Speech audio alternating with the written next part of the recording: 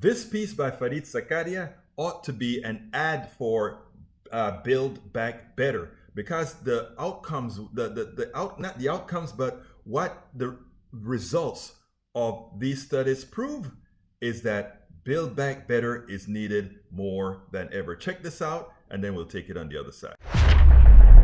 After an 8-month review of America's trade policies toward China, the Biden administration has concluded that Donald Trump was right and Joe Biden was wrong. You see, on the campaign trail, Biden relentlessly attacked Trump's tariffs on Chinese goods, calling them disastrous. Now, he has adopted those same disastrous policies. In fact, candidate Biden was right. Trump's tariffs did not work. China's behavior did not change. High-wage jobs did not come back. And while the U.S. deficit with China decreased, this caused the overall U.S. trade deficit to go up. Beijing responded in kind, slapping its own tariffs on American goods. One 2020 study found that approximately 100% of the costs of the U.S. tariffs on China were paid for by American consumers and businesses. A 2021 study found that the tariffs cost the U.S. economy up to 245,000 jobs. Trade policy in Washington has become an encrusted bipartisan ideology driven by a set of unquestioned assumptions. But as Adam Posen, president of the Peterson Institute for International Economics, points out in a brilliant foreign affairs essay, every one of them is wrong. We've embraced the dogma that over the last 2 decades, America opened up its economy to the world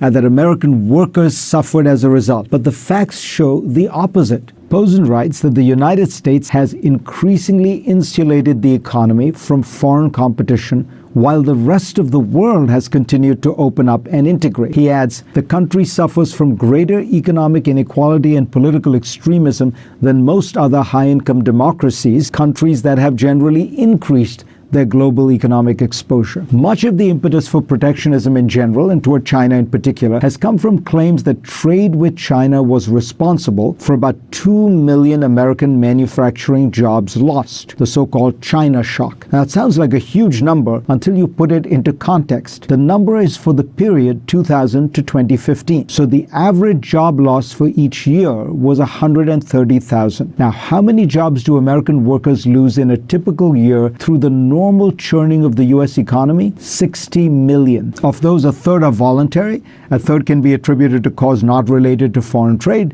such as an employer closing or relocating. And that leaves a third, 20 million jobs, caused by external shocks. In other words, Posen writes, for each manufacturing job lost to Chinese competition, there were roughly 150 jobs lost to similar feeling shocks in other industries. Posen points out that only about 16% of non-college educated workers are employed in manufacturing anyway. And much of the decline in manufacturing jobs, if not most of it, can be attributed to changes in technology rather than trade. America's manufacturing output keeps rising, even as the number of workers it takes to produce those products has fallen over time. And this is not just an American trend. Posen's Institute produced a chart tracking manufacturing employment in Ohio over the last 3 decades and compared it to Germany's North Rhine-Westphalia, a similarly important manufacturing region. Now, unlike America, Germany has a trade surplus. It provides much governmental assistance for manufacturing, which is seen as at the heart of the German economy. Yet the job losses are even more pronounced in that region of Germany than in Ohio. Even China has overall been losing manufacturing jobs as its economy branches into software and services. It's also worth noting that manufacturing jobs in the U.S. are mostly held by workers who are male and white. A policy that obsessively focuses on them devalues the many good jobs in other sectors which have more women and minorities working in them. These groups, being poorer, are also disproportionately impacted by the higher cost of tariff-affected goods. Very simply, more protectionism means more economic pain for the vast majority of America's middle-class workers. Posen points out that the chief reason for many of America's economic inequities and discontents is not open trade,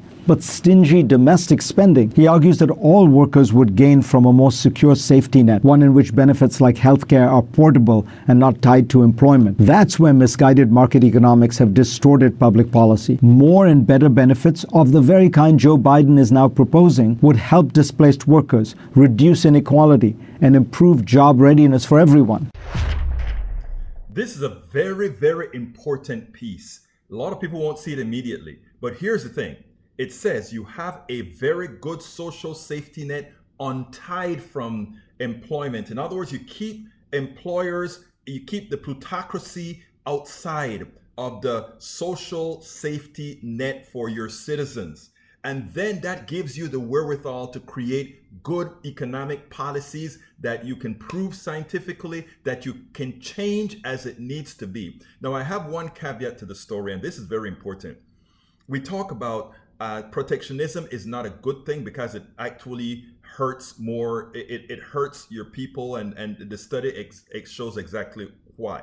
However, what is very important for you to understand is there are instances where a particular country needs to ensure that the totality of the manufacturing know-how also remains in the country, even if it does so at a loss. What that means is that government may have to subsidize certain industries to ensure that in the case of a shock, in the case of a pandemic in China that prevents the production of microchips that we can ramp up here in America while they take care of business. You cannot have an interdependent economy that flourishes completely without having a local economy that itself is self-sufficient. Great piece, important piece, and again, it is almost an ad for Build Back Better. Why? Because it says a strong social safety net allows you to create great economic policy. We spend a lot of time deconstructing the news, trying to parse it into a form that everybody can understand. We try to find those little nitpicks where it flies above the fray, etc. If you really like these videos that we do, I want to ask a big favor. Please go ahead, number one, subscribe to our channel, and number two, please join if you can. Thank you so kindly for watching. Keep watching. Please remember to share. We must populate the entire internet with our progressive message, a message that we know is what most Americans say that they want. So help us, please join.